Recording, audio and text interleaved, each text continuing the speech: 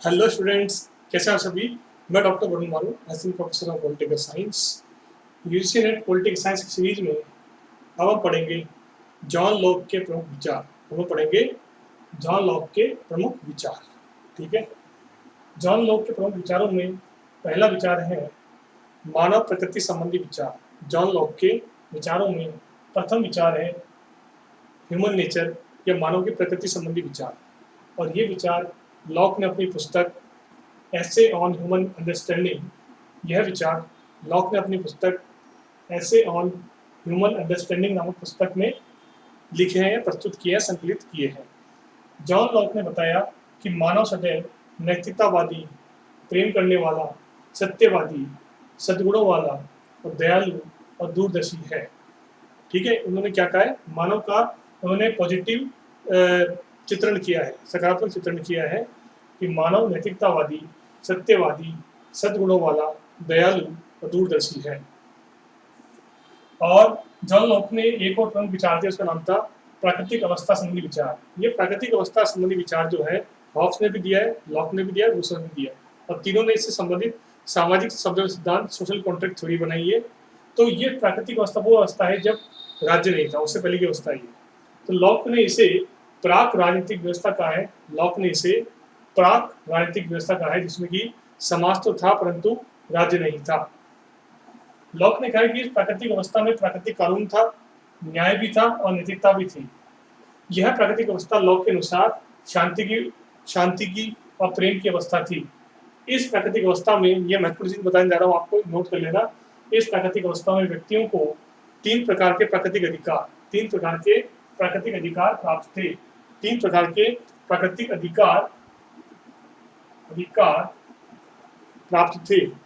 Right जिसको हम बोलते हैं, ये लिखने में नहीं आ रहा, थोड़ा साइड में हो रहा है। तीन तरह के प्राकृतिक अधिकार प्राप्त थे, राइट्स प्राप्त थे।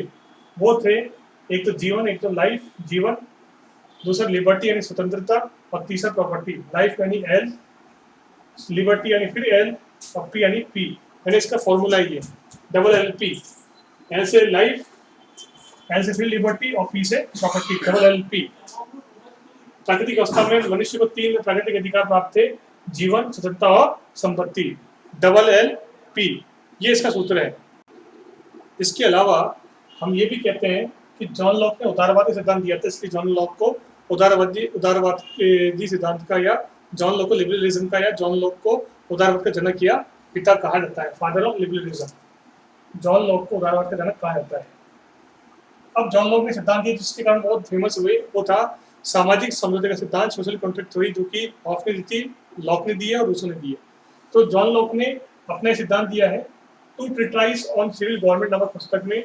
जॉन लॉक ने अपना सिद्धांत दिया है two treatise on civil government नामक बुक में, 1689 में पुस्तक लिखी इन्होंने। इसमें इन्होंने बताया कि समझौता प्राकृतिक अवस्था में क्यों हुआ, क्योंकि प्राकृतिक अवस्था तो इनके अनुसार बहुत शांति की अवस्था थी, बहुत अच्छी अवस्था थी। लेकिन उन्होंने बताया कि प्राकृतिक अवस्था में समझौते के कारण थे तीन कमिटी जिनको पूरा करना था। वो थी कि प्राकृतिक अवस्था में कार्यपालिका यानी कि सरकार, न्यायपालिका यानी कि कोर्ट, व्यवस्थापिका यानी कि संसद की कमी थी, इसलिए ये समझौता हुआ। लॉक ने बताया कि सामाजिक समझौता जब हुआ, उसकी प्रोसेस दो प्रकार से हुई, ये प्रक्रिया दो प्रकार से हुई। पहला तो क्या हुआ कि सभी मनुष्य एक जगह स्थान पर इकट्ठे हो गए, सभी मनुष्य एक जगह स्थान पर एकत्रित हो गए और उन्होंने दो समझौते किए। प्रथम समझौते में जो हुआ वो व्यक्ति व्यक्ति के बीच में हुआ, जिसमें राज्य की स्थापना होती है और ये समझौता स्थायी होता है। ठीक है। पहला समझौता किसके बीच में हुआ, व्यक्ति व्यक्ति के बीच में हुआ, जिसमें राज्य की स्थापना होती है और स्थायी समझौता होता है। ठीक है। दूसरा समझौता हुआ व्यक्ति और शासक के बीच में, दूसरा समझौता हुआ व्यक्ति और राजा या शासक के बीच में हुआ।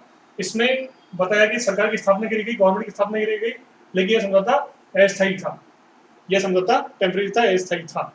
एक और बात कि लॉक ने, ये इंपॉर्टेंट बात है, आपके एग्जाम के बार आता है कि लॉक ने राज्य सरकार में अंतर किया है। लॉक ने राज्य और सरकार में अंतर प्रस्तुत किया है।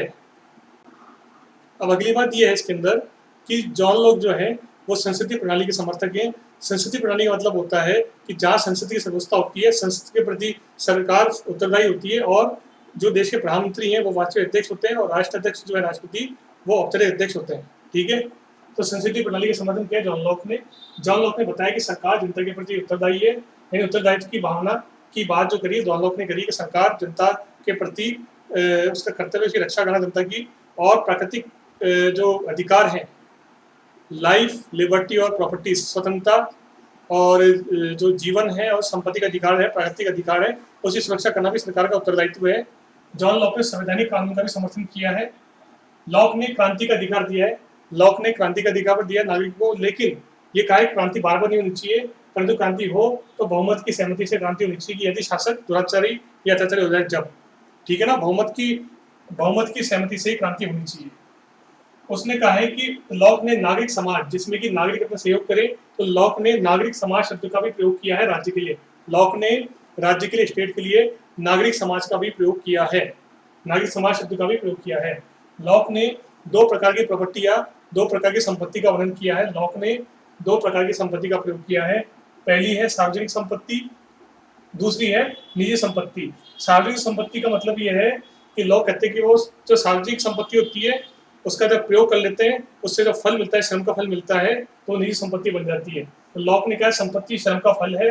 लॉक ने दो प्रकार की, लॉक ने निजी संपत्ति, लॉक ने अपनी खुद की प्राइवेट संपत्ति और निजी संपत्ति के दो प्रकार बताए हैं। एक तो वो होती प्राइवेट संपत्ति, निजी संपत्ति जो कि नष्ट हो जाती है, जैसे कि खाने पीने की चीजें, जो कि उसने कहा इसका संग्रह सीमित मात्रा में करना चाहिए। और लॉक ने दूसरी संपत्ति बताई, निजी संपत्ति बताई, स्थायी संपत्ति जो नष्ट करनी होती, जैसे भूमि या मुद्रा, तो लॉक ने इसको संग्रह करने पर जोर दिया है, ठीक है ना। तो स्टूडेंट, ये थे जॉन लॉक के प्रमुख विचार, ये थे जॉन लॉक के इंपॉर्टेंट आइडियाज या प्रमुख विचार, ठीक है। वीडियो को लाइक करो, शेयर करो और चैनल को सब्सक्राइब करो, ठीक है। Okay, thank you.